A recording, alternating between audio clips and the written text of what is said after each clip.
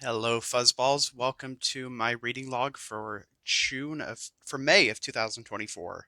It's June right now, but the reading log's for last month. Happy Pride. So I'm going to be starting off with publishers I got less releases from. So starting off with Tokyo Pop, where I only got two. We have The Princess and the Villainess's Way, Volume 2. I'm enjoying this decently so far. It's a fairly run-of-the-mill standard villainess series. I believe this is the one that had the kind of convoluted plot about reincarnating in the same world that she was born in, but as a different person at the same at like a past date, and then trying to protect the person she was in the past. The plot's a little odd to wrap my head around, but I think it's okay so far. It's really nothing that special in my opinion, though. Then we've got this reincarnated cross-dressing princess will not be looking for a fiance. Won't be looking for a fiance. I enjoyed this. I wasn't expecting it to be as explicit as it is, so I kind of just grazed past the explicit scenes. It's male female romance with some interesting intrigue in there and some decent characters. It does have a lot of fairly explicit scenes though, like definitely 18 plus. If you don't like guy girl pairings or relationships like being super explicit, that might not be the best read for you. It's a one off, so it's not really a big deal one way or the other. Then we have the first volume we've gotten from Inklore, which is my love story with Yamada-kun at level 999. Um, Great series. Love the story so far. Still not happy with Inklore for kind of ruining the cover art for this based on how it looks in the original. The topography is a lot better in the original. It looks more striking, but the series is still good regardless of if they bungle the cover or not. Then we have Tear Moon Empire Volume 4. It's coming out at a very slow rate, so I'm kind of had to stop watching the anime because the manga's behind it at this point. Um, I'm still really enjoying this. It seems very thin, but it's actually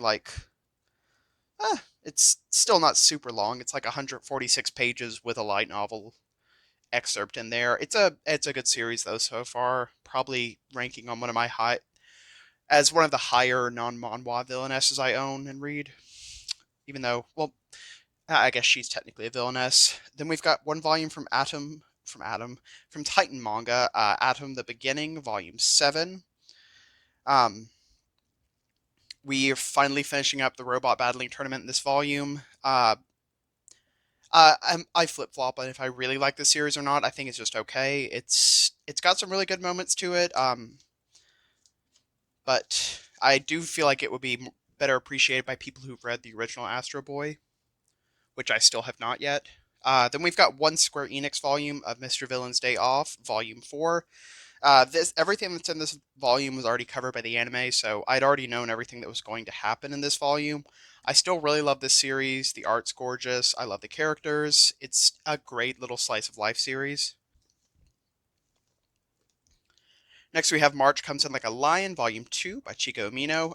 This is from Denpa Publishing, and I have the variant cover that I had to order separate because I get my volumes from a store that didn't sell the variant covers. So this is variant slipcover, and the original cover is also a French flap. Um, really love this series so far. It's a very interesting like drama sports series, I guess you could say, since shogi is a sport. Um, it's very good. The only unfortunate part is I know Denpa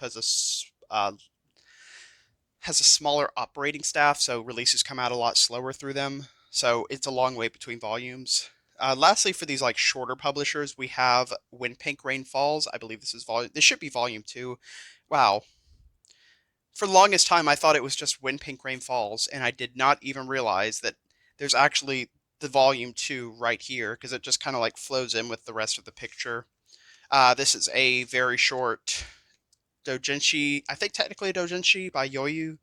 I got it through, I think, Starfruit Books. It's a romance between a. What is the name for a plant person? Um, the florist. A romance between a florist and somebody who visits his shop and starts to work there. I think this volume had some interesting developments in their relationship. Um, and we had some nice, like, poetic stuff at the end here. It was a good read. I definitely recommend both of these books. They're nothing spectacular, but they're decent reads. I am wondering if there's going to be more or not. I don't think it's been confirmed. Anyways, now that we're done with that, I'm going to get into the publisher I've got the most from, which is Viz. Starting with Blue Box Volume 10. We're going really, really expanding on the, like, well, I think we're finishing up the gist, the bulk of the three-way romance love triangle. Wow, you'd think that's not a hard word to think of. We're finishing the bulk of the love triangle, and we're introducing a new character that is going to add some complexity to Chinatsu's character. Somebody who seemingly dislikes her, um, very strongly so. And I don't want to spoil too much. Great series, though. I 100% recommend it if you're into romance at all.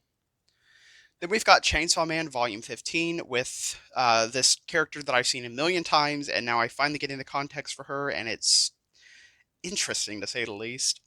It's funny that the artist, not the artist, the mangaka's note at the beginning mentions I think it's a movie. I don't know what platform it originated on. I think Netflix. The Menu, which if you read the volume, you can 100% see the Menu's influence on this volume. It's funny that like Fujimoto's work bled into his manga so much with that volume. Then we've got Dark Gathering Volume 7.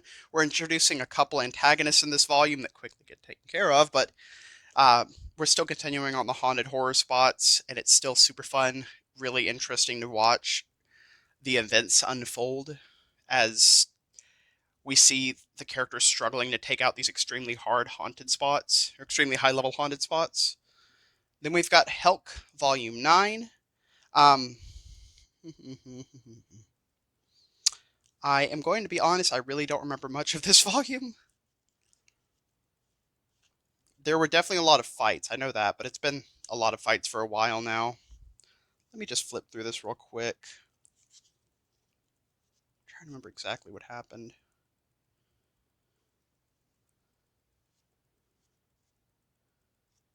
Oh yeah, we might be getting more of Vermilio really showing off her powers because it seems like we're getting really close to the final fight in this volume.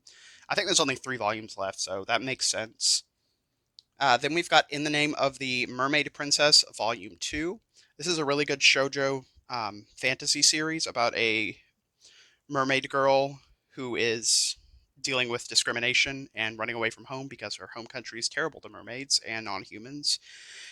This volume expands more on her discovering who she is and what her powers are, and we also meet a cute wolf boy, a boy with who's able to turn into a wolf.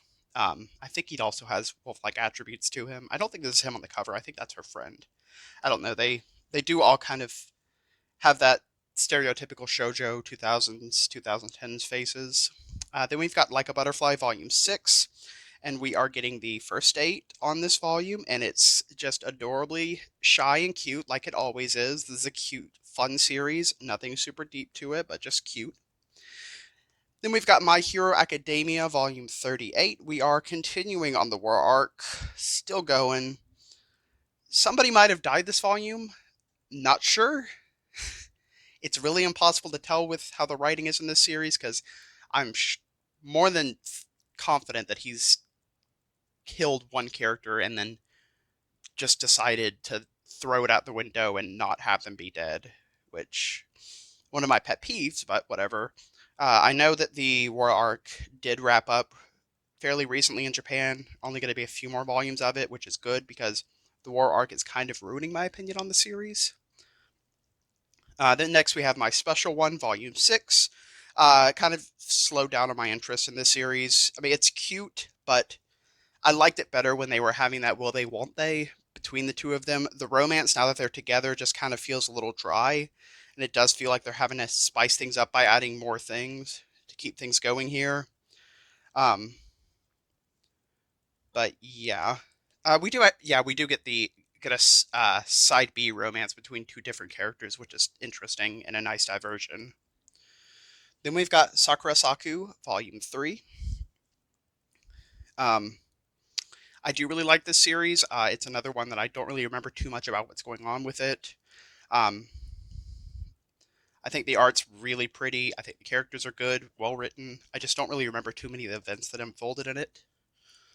Then we also have a couple legacy reads I was able to get through this month, which are Sugar Princess Skating to Win, Volume 1. Is a two-volume ice skating series that I enjoy it. I think it's pretty good. Um, I think ice skating is just a fun sport to look at. The art's pretty, very kind of typical of the time, but it's still a good series. I'm pretty sure this artist, yeah, Hanakimi, which is another series that I really want to pick up at some point, especially after learning about the author's passing and learning that how many people actually really like that series made me want to read it. So I like Sugar Princess. I'm probably going to like Hanakimi. Then we've got Yu Yu Hakusho Volume 13, finally finishing up the tournament arc. It's These legacy releases take so long to read when I have a bunch of books to catch up on. Still love Yu Yu though. And we're getting to the Viz Sigs, which are the oversized Viz volumes with Boys Abyss Volume 5. I'm enjoying this series more as things go on. It's a soap opera at this point. Kind of makes me think of Hot Gimmick, but with less detestable characters, but still not the best characters. It's a fun drama, though, with a lot of dark topics and subject matter in it. Then we've got Trojan X Volume 6 with like a freaking Avengers fight in here. Like some crazy fight to escape something that happens without spoiling too much. Absolutely love the art and the design of these volumes. Ishida is definitely a fantastic artist. The fight choreography is a bit iffy, and the story at times can be, I don't like. It can fall upon these tropes that really bother me, like killing somebody and then bringing them back, like I mentioned with My Hero. I think that might have happened in My Hero, but I really don't know. Anyways, onwards to a new series, which is Hiro Yasumi Volume 1. I really enjoyed this. I've heard good things about the series and decided to pick it up. And it's a really fun, like, kind of emotional slice of life between a brother and a sister after the brother inherits a house I don't think it's in the country. I think it's in close to Tokyo. I don't remember exactly where it is. Anyways, he builds a friendship with an older woman who doesn't really have any family, and when she dies, she gives the house to him, and he lives there pretty carefree. But then his sister has to stay there because she's going to college nearby, and she's having to deal with the stresses of college life and having a more tense attitude towards things. So it's kind of their story, and I think it's a really sweet, good series. It is pretty emotional at times, though. Then we've got Volume 12 of Fist of the North Star. I feel like I'm liking this series better after we started getting a more solid grasp on what the end goal was and what we're planning to do is. But yeah, still great art. I'll never critique the art in this series. It's fantastic. Like super hyper gore, very well done. Then we've got JoJo's Bizarre Adventure Part 4, or Part 4, Part 6, Volume 4. This one's setting off on a cliffhanger, which is really intense for people who haven't read already or watched the anime. I don't have much to say about JoJo's whenever it comes along. Stone Ocean is still my favorite part. But I also have not read JoJolion or JoJo Lands yet. Moving on, we have Seven Seas with 2.5 Dimensional Seduction. Great series again. Very fan service heavy, but it makes sense because they're cosplaying like very ecchi focused characters. It has a lot of really unexpected emotion to it, just in the series in general. The cosplay cafe is really fun too. We also get a uh, like the little like scantily clad maid outfits. We actually get one for the guy. It's brief, but we get one for the male character, and he's just. I've never seen a scantily clad maid outfit on a male character that's like built for a male character, which is just. It was very interesting to say the least. Anyways, then we have Black Knight Parade Volume 3. This one's 100% grown on me the more it goes on. There's like so many layers of mysteries and like intrigue to this series, much more than you would think at first observation. I don't want to say too much about it, honestly, because I want more people to go into it a bit blind and kind of experience the story like that. You did not see my skin there. Then we've got I'm in Love with the Villainess Volume 6. We are kind of going on like a weird sort of side story here. like going on a pirate ship and like taking care of, I think it's demons, or is it undead? It's undead. That's what they are. Like basically this thing where they have to take care of zombies and undead. It's like a yearly thing, I think. And we also get I almost said Ray Liana. Claire. We get Claire actually staying with Ray in her hometown, like in her home house. And we get to see Ray's parents and why Ray is the way she is, and it makes a lot of sense. Then we've got Otaku Elf Volume 7, fairly light, fairly standard fantasy comedy. Uh, Main character, the main elf character is super lovable, and the main character plays well off of her. This volume we really don't really have much to talk about with this series. It's just small events that happen or small developments, like trying to hide a gigantic figure inside the room, and everybody's afraid because you're never coming out of your room, just to find out you spent a bunch of money on something you don't need again, because that's her character. Then we've got The Weakest Tamer Began a Journey to Pick Up Trash, and we are watching the anime. This is volume 5. And the anime got a bit ahead of the manga, so when I read the manga, I was very surprised to learn how dark some of the plot elements were, and they were just heavily cut down and censored in the anime, which is unfortunate because I think it kind of takes away a lot of the weight. I don't want to say what they are, though.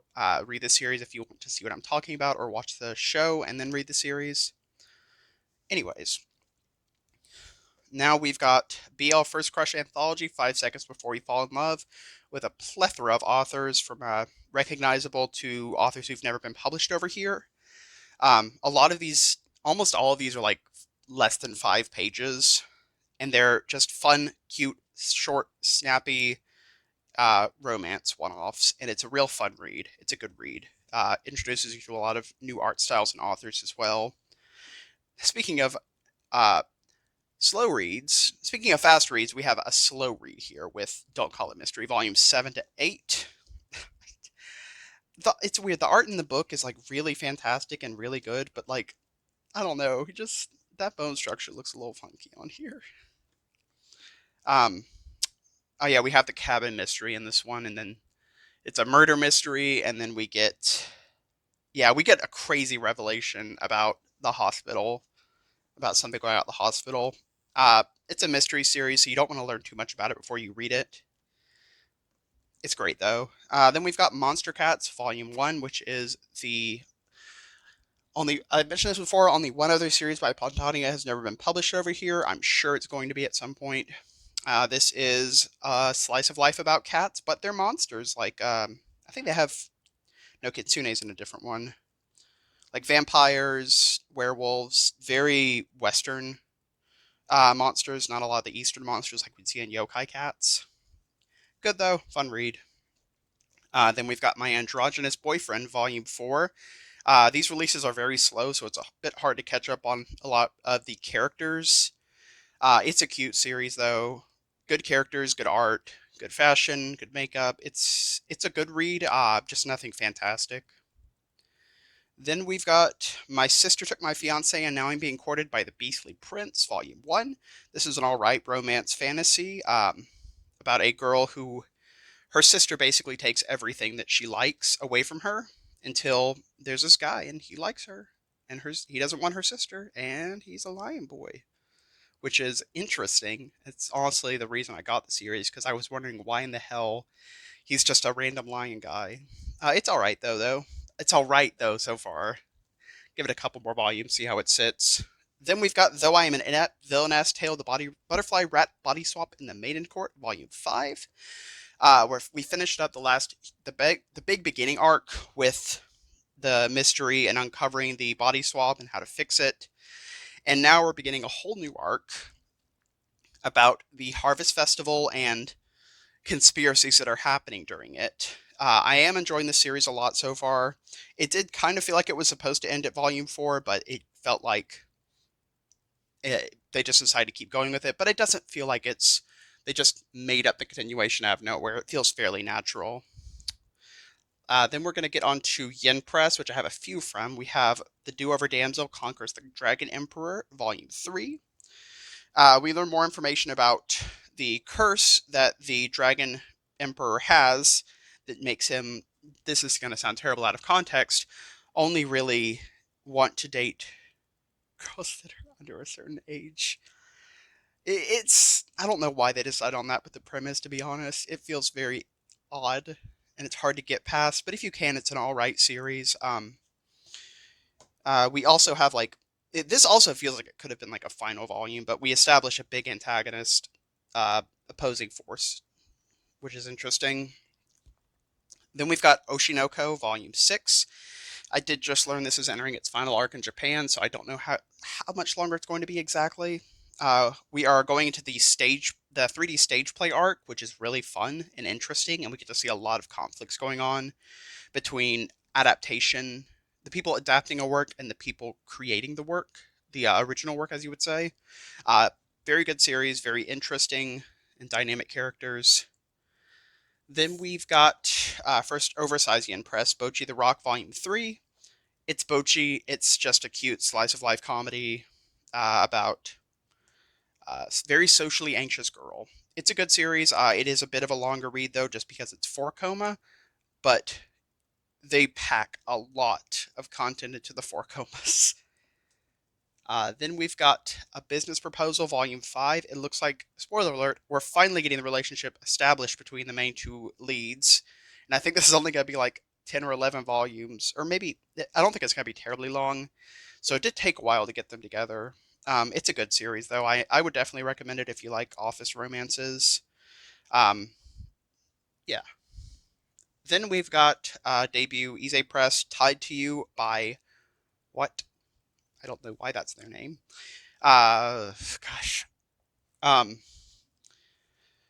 he likes his brother. He finds out he's tied by the red thread of fate to him. And then hijinks ensue, like, not hijinks ensue. That's where the big conflict comes from. He wants to be with his brother, but he has a red thread of fate tied to him. And in this universe, you can't get a good night's sleep without sleeping next to the person that your thread of fate is tied to after you contact them for the first time, like if you touch them for the first time. And I think they established a minimum age barrier for it, which is a great thing to do, because I'm sure people would have had really bad thoughts about what would happen with like huge age gaps and that sort of thing. So that's good. I'm not that big of a fan of it personally. It's an okay series. I don't think it's terribly long either, but I don't know.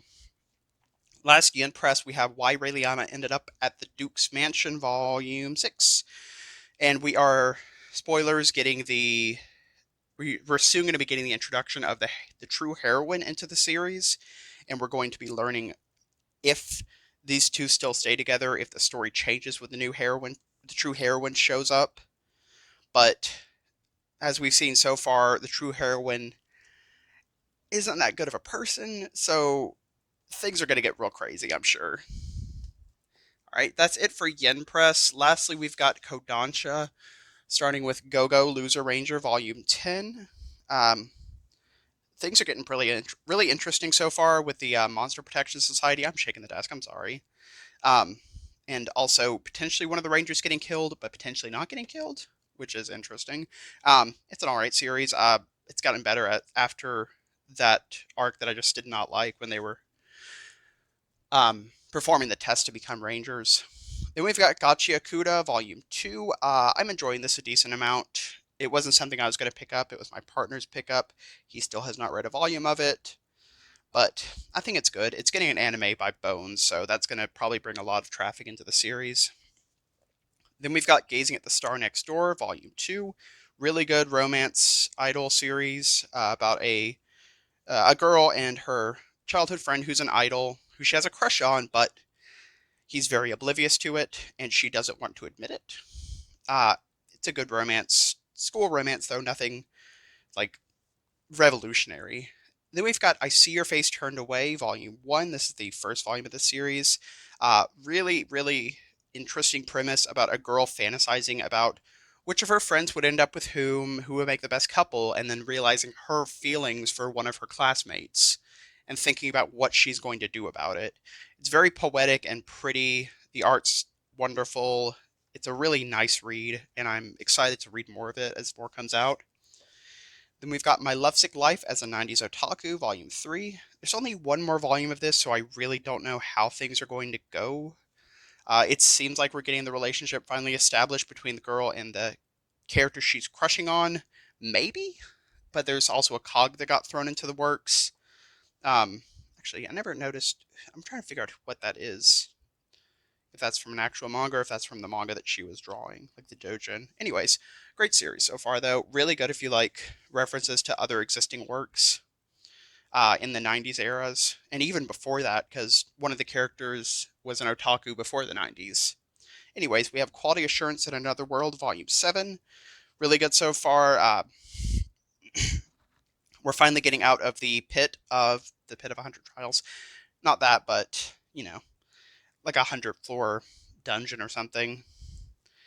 It's like a year time skip. So we're getting like what seems to be starting a new arc in this series. I'm not holding this well at the camera, am I? But yeah, it's good though. Next, we have Witch Hat Atelier, Volume 12. We are getting a lot of. We're getting a big like fight happening right now with a huge conflict happening in the royal capital. I think it's the royal capital. I don't know exactly what it's called. Um, don't want to say too much about it. Great series. Definitely read it. Then we've got the lighter Witch Hat Atelier work, which is Witch Hat Atelier Kitchen, Volume 3. It's just more of them cooking, and with these really interesting magic tools to cook with. It's a great series so far, and I really enjoy it. Then lastly, we've got Big Red here. Vinland Saga Deluxe, Volume 2. Different runes on the top. Don't want to spoil too much about the series. Second volume was really good. It had a huge, like a plot development that felt weird, but I think I like it more the more I reflect on it. Um, but I definitely see why a lot of people love this series. If you don't want to commit to Vinland Saga, I would definitely say try Planetes first to see if you like his writing style. But yes, that is everything that I read in May of 2024, and I will see you guys next month for my haul for June of 2024. Happy Pride, and don't be a bigot. Bye bye.